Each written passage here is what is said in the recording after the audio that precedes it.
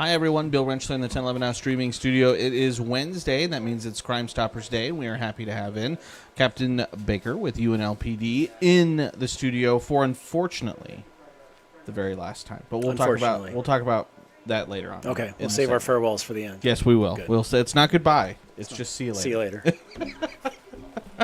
All right, so I emailed you earlier in the week to kind of set up the segment. It's obviously mid to late June. You're like, hey, you know what? Things are kind of quiet on campus, so we'll kind of have to dig through the archives a little bit to find something. Yep. Which we did. Yeah. But that's a good thing that it's quiet on campus. We try not to say quiet though. Am I jinxing it? It's a bad. Yes. Okay. Yeah, that's a bad word. You're jinxing it. So things are moving slowly. Things are moving slowly. We're catching up. Yes. On campus, we're Yeah, catching up with we had our some training. Air conditioner issues at the. We did. the station. Just a couple hours ago, they finally got it running again. So. We, the UNL folks, they came out in full force the night that it went out, set up a bunch of portables. They were there for hours just trying to get it somewhat comfortable. I would say today you could go without the air conditioning today. Absolutely. That was nice having that this morning. It really helped. Yeah. Can't go without the air conditioning for long though. Yeah. No, we're fixed, back up and running, and good deal. Raring to go. Good deal. So today, though, the crimes that we are going to be talking about, again, if you're new to the segment, again, if you're seeing crimes on here, we're kind of just looking at least for some fresh leads, put some fresh eyes on it. If anyone knows something about it or even thinks they know something about it, give you guys a call. Yeah, absolutely. The cases that we're going to talk about were just recently posted on the website, but I also want to remind folks that we'll take tips anytime. Mm-hmm. You know, whether if they see something happening right then and there. Call the police if you see it. Yeah. But if you have suspicions, but you want to remain anonymous, they can use Crime Stoppers to report any types of crime, whether it's featured on the website or not. Yeah. So, we've done that on this segment before too, of looking at crimes that may not make it to the website yet. So, we'll take any and all tips anytime. Awesome. So today we're kind of looking for a lot of vehicles. We have a vehicle themed segment, right? And so we'll start with one that happened back in early January, I believe. Is that right? During a snowstorm. I was gonna say the pictures that we're about to put up here. You will notice there's a little bit of fresh powder on the ground. Right. That's not our cameras. That is snow. That is some very fresh snow, and probably what led to this unfortunate little crash. Yeah. So as you can tell, it was snowing. There's no plates on the vehicle, so obviously that limited our ability to figure out who that was. But unfortunate for the driver, they stopped, got out of the vehicle. I don't think it was that slick. I think they just forgot to put it in park, right in front of the vehicle, or right into the vehicle in front of them that was parked. They did that. Oops moment. Oops. We'll call it oops. Yeah, sure. It's and an oops moment. Then they got back into their car and took off. So, thankfully, though, wait. a pretty identifiable feature of this vehicle. Somebody has to know somebody who has a black door on a white car. Yeah, right? and it's hard to kind of tell the make or model. It looks like I kind of guessed a Toyota. I was thinking that too, an older Toyota, possibly. I'm with the photos and the snow really obscured the images of it. But I'm sure there's some car folks out there who could pick it out better than I. Yeah. But I'm just gonna go with the black door on a white car. Black door on a white car sticks out kind of like a sore thumb there. Right. So if your friends or maybe your neighbor has a white sedan, black driver's side door, pretty good chance this is the vehicle we're looking for. Pretty good chance. And I feel like I've said this before on this segment of we find a lot of these where folks, students, affiliates visiting campus, faculty, staff even, they hit another car and then they panic, right? Mm-hmm. And we just earlier this week we interviewed the person responsible for one of these, and they said I didn't know what to do, so I just left. Yeah. No. Yeah. If you don't know what to do, call a friend. Yes. Call us. Call mom. Call dad. Someone. And then my wife always likes to say, an adultier adult. Yes. is who you need in that situation. Absolutely, yes. So phone a friend, get some advice, call us if folks don't know what to do. But the worst thing they can do is make it worse just by driving off. And again, all it takes is if you have a scrap paper, right write a note out. Leave it on the windshield. Hey, sorry, I accidentally dinged your car. Didn't look like there was any damage. Here's my phone number. Let's get in contact. Yep. At the minimum. At the minimum. Yep. And that's what it actually happened to me. I accidentally bumped someone last week. I'm sorry to hear. They were in the vehicle still, but I didn't have to call you. We exchanged our information and we got it taken care of. And it was all civil, and it was all civil. Great. I was very pleased. He was exceedingly gracious and kind. Good for you. And, Good for him. Yeah. Sometimes people just aren't that way sometimes, and it was a good situation. Well, good. So, a good out of a bad. Yes, exactly. Yes. What could have been a bad situation ended up being a good situation. Yeah. So, but again, in this case, the individual who's responsible for this, again, they're not going to get in a ton of trouble here. No. And damage was really, they estimated around $1,000. So it's not a horrible amount of damage, especially today's vehicles. It doesn't take much to get to that number. Yeah. But significant enough where, we at least like to connect insurance companies at the minimum and let them sort it out. So, and if someone does know something, what is the best way for them to get in touch with you? I would use the website. Yes. And use any one of those three methods. Call the 472-2222 to reach us directly. Mm-hmm. They can text us at that 5552 number. The caveat with that, as you're well aware, they're not going to remain anonymous. We can't guarantee anonymous, and we don't give out money. The police department doesn't. If they wish to remain anonymous and get that reward, that's when they can call the Crime Stoppers 475-3600. They can leave a tip online at that website. Be sure to include the case number if you are. And they can also report tips using the P3 app they can download to their phone. And the P3 app is always great because you guys can have a little bit of a conversation, maybe clarifying questions if need be. Yeah, I've seen that in action. It's really helpful. The more information, the better, and sometimes we just need a little bit more to really seal the deal on it. So the two-way communication using the app is very helpful. Awesome. So our second... Well, we have kind of two more vehicles, but these next two cases are connected. I'll put up the first picture here. Sure. And I mentioned it, but I've never had a chance to go after or talk about the Revolutionary Communists of America. And we're not going after them, per se, today. I didn't even know it was a thing. I didn't know it was a thing either, but the Revolutionary Communists of America decided to attach some flyers.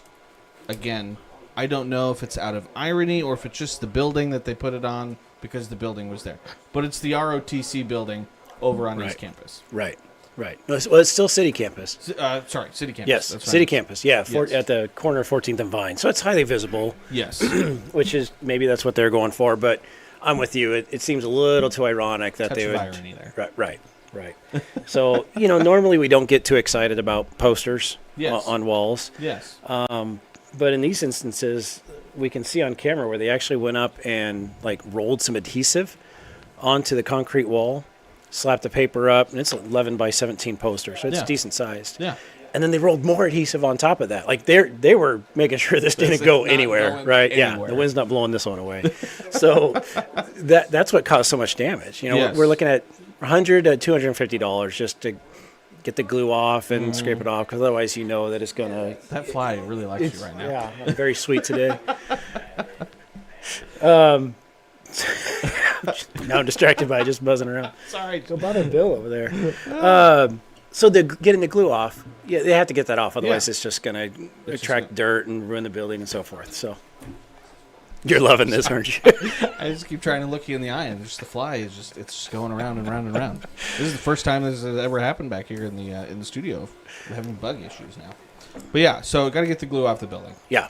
So that's where the damage lies in. It's not so much the poster as it is the cost and time to remove it from the wall. And so this happened back it was actually December, so fall semester, right. over winter break. Yeah, I believe we were out by then, towards the end of the semester, if not But after. then, with this first instance, like you can see in the image here, a blue sedan, and again, you can see the individual walking across the street. But then it happens again. And again, the titles on the Crime Stoppers page are great. Again, for the first case, it's Greetings, Comrade. For this repeat case, it's Comrade, We Meet Again. And this time we have a white, looks like maybe a Ford, but a white four-door sedan that comes up and attaches another poster. Same poster. Same poster. I can't imagine that these two are not linked, right? You would have to same think. location, same spot on the building, same poster, same double application of this industrial glue that they put on. So same thing. They rolled it onto the building, stuck it up there, and rolled it on again. So, but yeah, interesting that there's two different vehicles involved. Usually, if we see something repeat like that, It's the same right. same characters involved. Right, Same vehicle exactly. involved. So could be the same people, but definitely different vehicles involved. And again, it's about the same amount of damage, that a couple $100s, and it would be nice not to see those folks again on campus. Yeah. And so what? I mean, again, it's only a couple $100. What is the potential? I guess citation charge here? Just a misdemeanor, cite and release. Show up to court or sign up for diversion, if you're eligible, stuff like that. Okay. All right. Yeah. So again, we're not talking really heavy hitting stuff here, but this is just certainly UNL maintenance doesn't want to keep scraping glue off the side of it. No, and maybe we could help it prevent from other places in the community as well. It's happening on one building. It's probably right. happening on It's another probably building. happening elsewhere. So we're trying to prevent it for a lot of different folks. 100%. And so again, that first instance was in mid-December. The second instance was in early January. Again, the ROTC building over on city campus. Again, I'll throw up a picture of the first vehicle, which is more of a dark blue four-door sedan. Again, kind of hard to make out a model on that. Maybe I wouldn't even really guess. Second instance, again, a white four-door sedan on city campus there. So again, we already showed it to you once, but we'll show it to you again. But again, the best ways to get in touch, if you recognize any of those vehicles, perhaps you are familiar with the revolutionary communists. Maybe you're a former member of this group, disgruntled, wants to get a little bit disenchanted member, maybe something. Get a little bit of revenge and cash in your pocket at the same time. Have any information? Again, to be eligible for the reward, though, you have to go through either the phone, 475-3600, or by leaving a tip on crimestoppers.com. Yep. Or the app as well. Or the app, the P3 app as well. Again, all good. And on the website, these are at the top, if not near the top, somewhere there. So if folks want to see those pictures again or take a closer look, they're there for them. All right. And so before we, one last thing we want to talk about, and Jared and I talked about this a couple weeks ago, but you guys have Zoo Done It coming up here. It's going to be early August. So QR code, if you are interested in tickets, you can scan that QR code that is currently on the screen. Tickets, they sold out last year. They did. You guys have more space this year, so more tickets will be available than they were last year. But $75 for a single, $70 per person if you're buying multiple tickets. Yeah, and it's. I mean, I know I'm biased, but it's worth the cost. I mean, you get free food, get a night of entertainment, night of fun. There's some adult beverages that can be had. Our food vendors are gracious enough to offer their services after hours on a Friday like that. So we make sure people are fed. We make sure they have fun. And I took part in it last year to help. I was running like a fingerprint station. Okay. So participants get to do some kind of cool stuff. Right. It's not just walking around and finding clues. There's also animals, obviously, to look at and have fun. If you haven't been to the zoo in a while, that'd be a good opportunity.